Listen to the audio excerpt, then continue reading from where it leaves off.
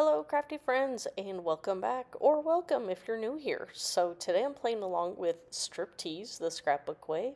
I've also used some of my pattern papers from my 100 pattern paper challenge, and so I think that's what I'm showing you here of the items that I think I'm going to use. And then I've got this brown piece of paper. It also came from the 100 pattern paper challenge. It is not from 49 Market. I am going to use this. I believe I only use it to map my photos, but fear not. I do actually use almost all the rest of it in some of the next few layouts that I'll share, documenting some additional fall pictures. So here, just getting that matted, and I did show you my very rough sketch of my idea that I was doing.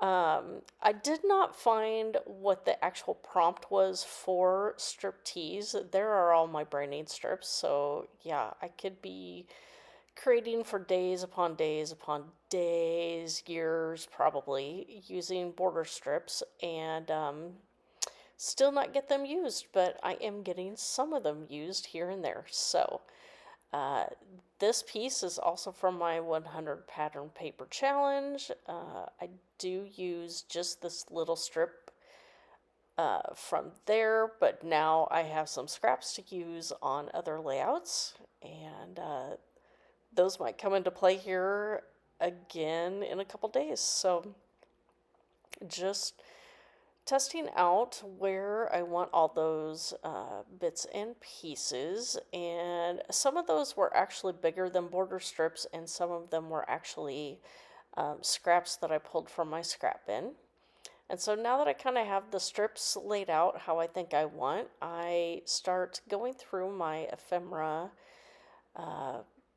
storage albums here for my 49 and Market, and just pulling out some things that I think might work as embellishments with this layout here. So just thought for once I would show this process of kind of how I go through and decide what may or may not work for this particular layout. And not everything I pull gets used, but it does give me some options once I start working on creating my clusters around my photos. So really I was going for color and just things that would support the fact that Cody is picking apples with his other grandpa, Jeff. And so I think I only went through these three and then kind of stopped. That, as you can see, I didn't pull a whole lot from that particular album.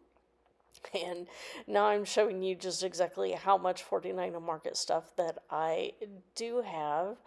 And this isn't even all of it, because I do have some that haven't even made it into these storage binders. So I have finally hit the fall one here, so I do pull out several things from here color-wise that do work.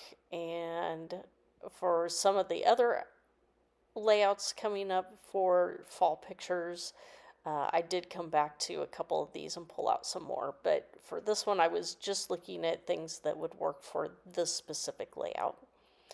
And so now I'm going to start working on getting my strips on here. So use my T-square ruler just to make sure that it does go on straight. And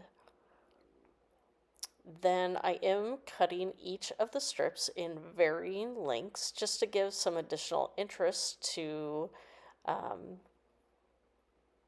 the background behind my photos there. So, and as you can see, there is no rhyme or reason. I'm just kind of looking to see what visually looks good.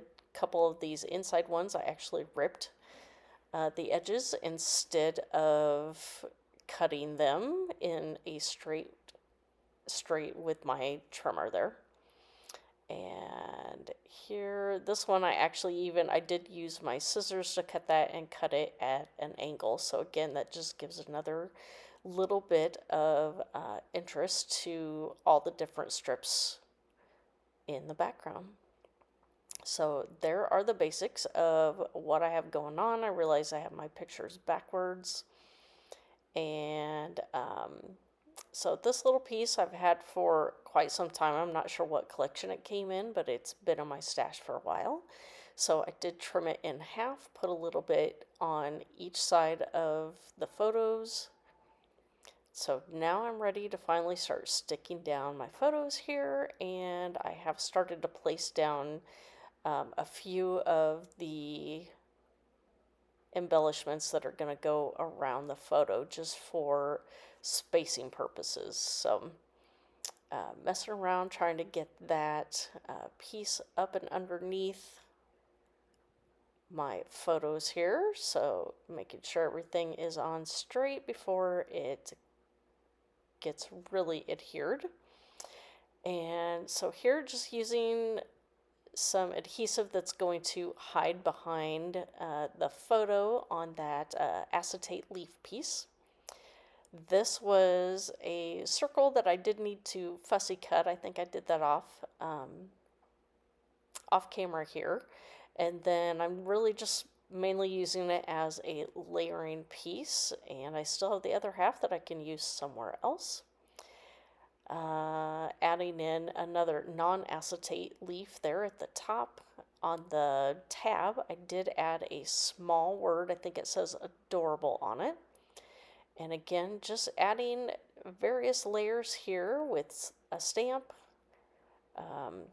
and one of the hearts. I think a lot of the pieces that I pulled were from the terracotta collection from 49 and Market. And then obviously I have the, oh, I can't remember what that was. It Vintage Orchard, I think, was the collection. I didn't get a lot of it because I struggled to use that greenish yellowish color in my layouts, but somehow I actually love how this layout turned out. So I did actually pull out the, was it Grove? That was one of the color swatch that I didn't buy any of that, but I did get some of the package of the rub-ons. And so again, I've been struggling to try and use some of those pieces, but I did manage to get a few of the like the distressed backgrounds, the paint blobs, things like that. So I did get a couple of those on this layout as well. And then on a future layout, I think I ended up using the rest of that page of rub-ons. So I am finishing off of this particular layout by adding some enamel bubbles here. And finally, I'm going to use my barn door spritz, and this time I'm just using it as a sprinkle around the outside of the page. So here is the final layout here. So if you have any questions for me, please feel free to leave those down below. If you are new here, welcome. There is a playlist down below for everybody playing along with the Striptease, and I will have Facebook information for the 100 pattern paper challenge. So thank you for stopping by. We will see you next time. Bye.